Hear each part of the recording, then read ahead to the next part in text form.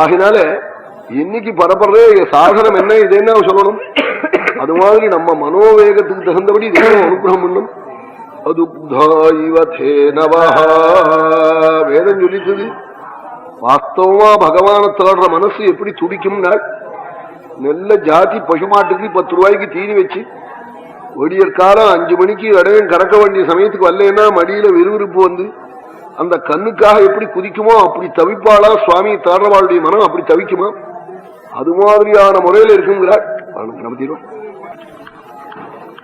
அபித்வா சூரனோ நமோ துக்தாயிவதேனவஹ ஈஷானமஸ்ய ஜகதः சுபர்த்ருஷமீஷானமிந்திர தஸ்துஷாஹ.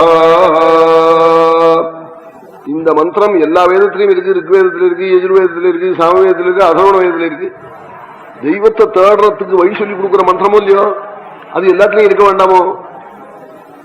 சுமங்கலின்னு சொன்னா மஞ்சள் குங்குமம் எப்படி எல்லாத்தையும் ஒரே ரீதியில இருக்கோ அது மாதிரி அது இந்த மந்திரம் எல்லா வேதத்திலையும் இருக்கு. தெய்வத்தை தேடுற மனசு அவ்வளவு வேகப்படுமா? அந்த கறக்க வேண்டிய சந்தர்ப்பத்துக்கு அடையம் அல்லேன்னா மடியில விறுவிறுப்புனால கன்றுக்கு எப்படி பறக்குமோ அப்படி சுவாமியை தேட பறக்குமா மனசு, பக்தாவுடைய மனசு. அதை போய் அப்படி போய் சொல்றாள்.